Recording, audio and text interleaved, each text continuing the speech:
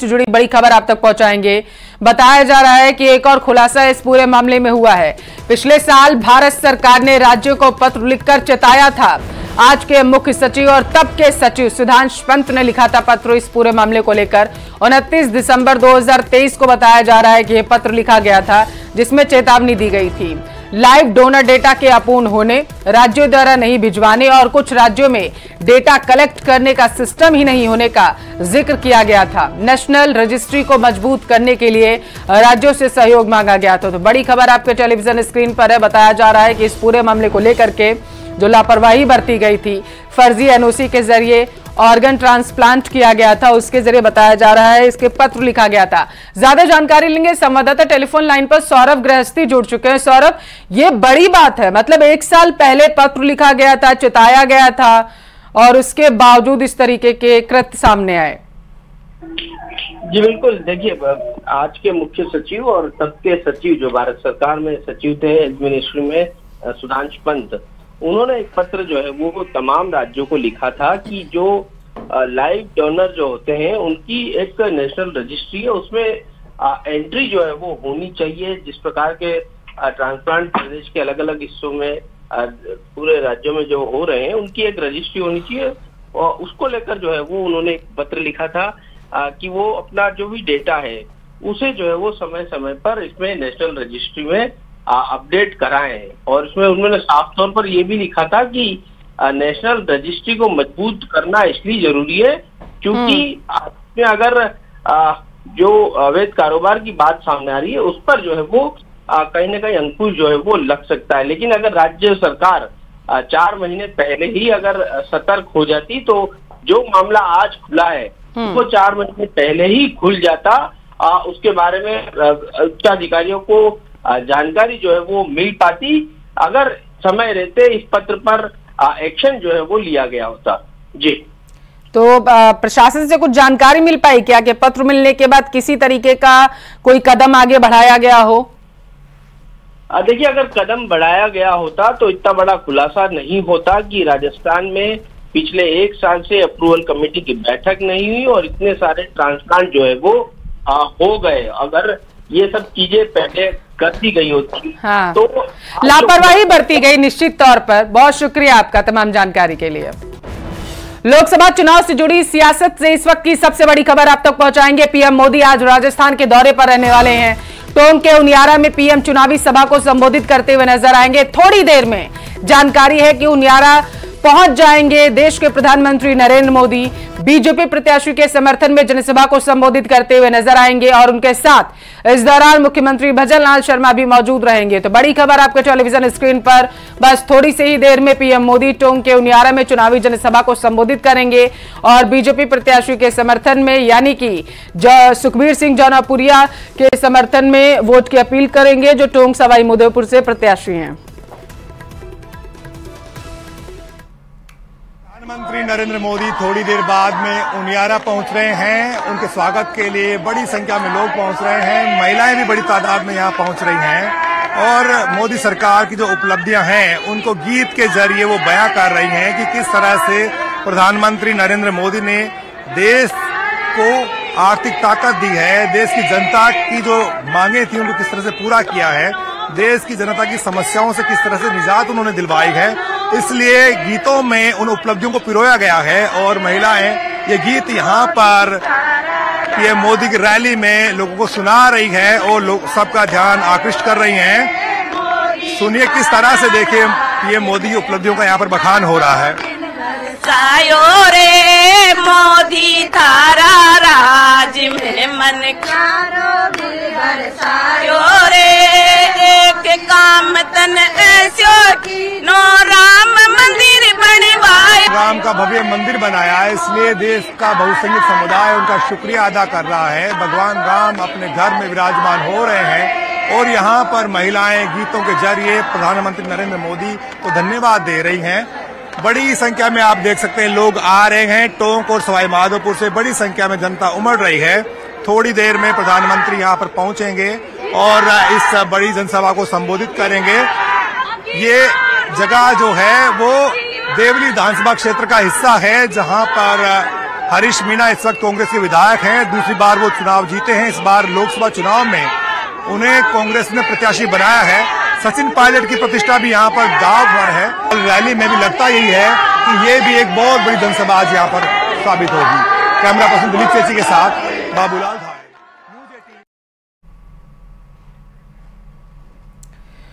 तो टोंक सवाई माधोपुर से सुखबीर सिंह जौनापुरिया बीजेपी की तरफ से चुनावी रण में उतारे गए हैं और उनके सामने ताल ठोक रहे हैं हरीश मीणा, क्योंकि टोंक बेहद ही सियासत की नजर से देखा जाए तो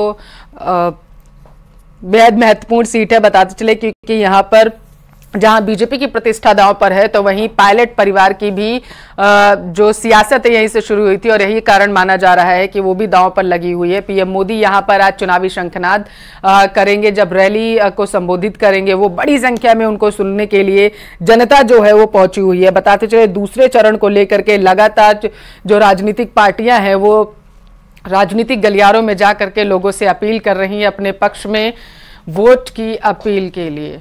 तो बड़ी खबर आपके टेलीविजन स्क्रीन पर। तो पीएम मोदी आज राजस्थान के दौरे पर रहेंगे। बताते चलें कि लगातार पीएम मोदी राजस्थान का दौरा कर रहे हैं। दूसरे चरण का चुनाव होना है, उसी को लेकर के उनकी ये रैली बेहद महत्वपूर्ण। ज्यादा जानकारी के साथ बाबूलाल धायल हमारे साथ लाइव जुड़ चुके हैं। बाबूलाल, कितनी देर में पीएम मोदी पहुंच रहे हैं और तैयारियों को लेकर के क्या अपडेट है?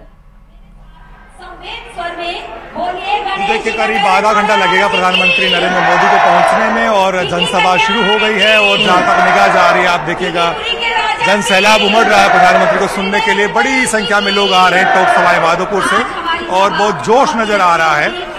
यहाँ से सुखबीर जौनापुरिया तीसरी बार चुनाव लड़ रहे हैं। 2014 में चुनाव जीते थे, 2019 में उन्होंने चुनाव जीता और इस बार एक बार फिर बीजेपी की टिकट पर जौनापुरिया यहाँ पर हरीश मीणा के सामने चुनाव लड़ रहे हैं। बड़ी संख्या में महिलाएं भी आप देख रहे होंगे और मंच पर डॉक्टर किरोड़ीलाल मीणा भी जो है आ गए हैं। इसके अलावा राजेंद्र राठौड़ ने मोर्चा संभाल लिया है।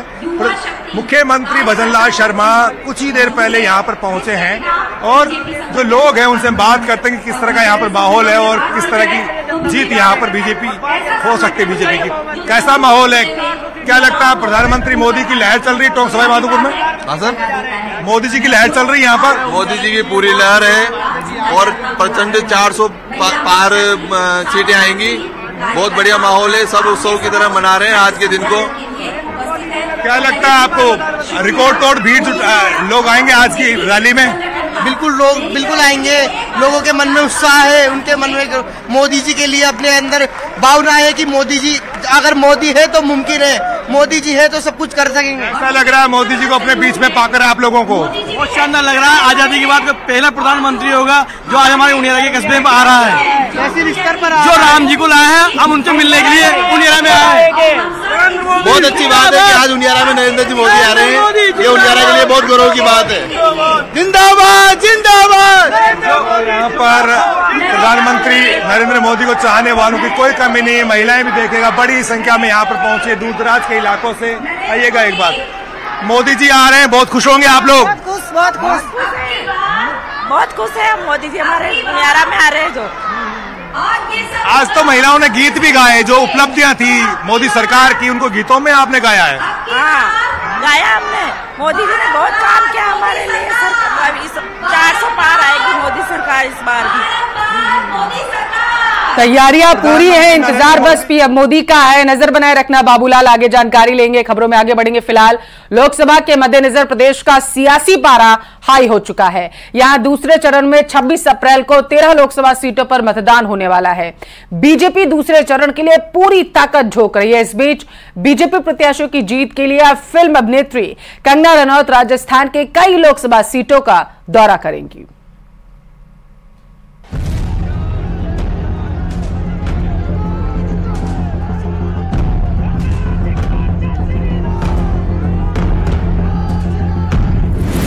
सियासी संग्राम में कंगना का प्रचार।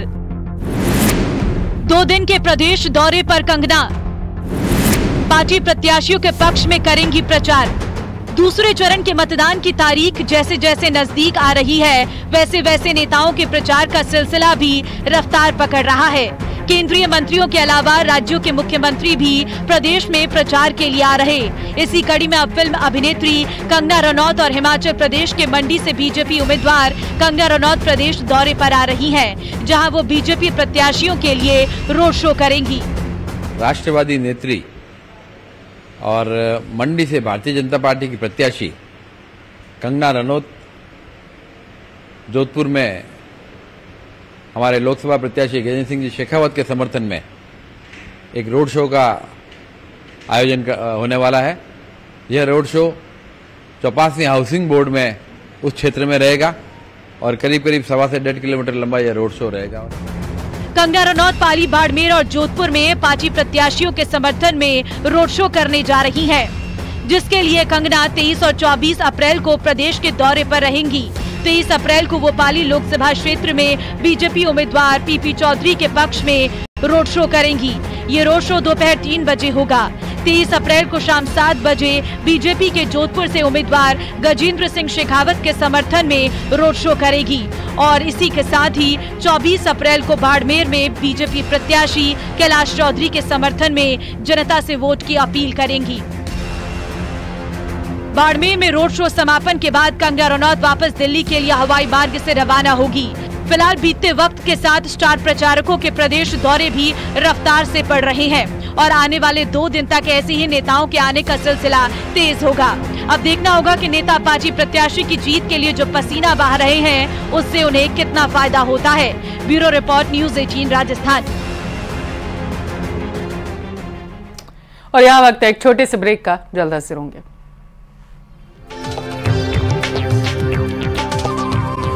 जहां सीएम भजनलाल शर्मा गोदावरी धाम हनुमान मंदिर पहुंचे। हनुमान जयंती के मौके पर गोदावरी धाम हनुमान जी के दर्शन सीएम ने किए। कोटा में गोदावरी धाम की महिमा बेहद खास है। तो बताते चले, आज हनुमान जन्मोत्सव जो है वो बेहद ही धूमधाम के साथ मनाया जा रहा है पूरे देश में और यही वजह है कि कोटा से खास तस्वीरें सामने आई जब सूबे के मुखिया सीएम भजनलाल शर्मा प्रभु हनुमान के दर्शन करने के लिए हनुमान मंदिर पहुंचे। गोदावरी धाम की महिमा बेहद ही खास है।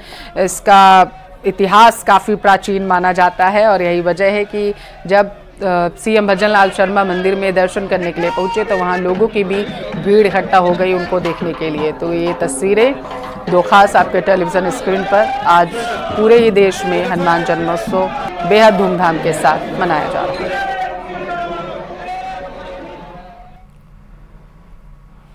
और आइए अब आपको दिखाते हैं 5 मिनट में 25 बड़ी खबरें।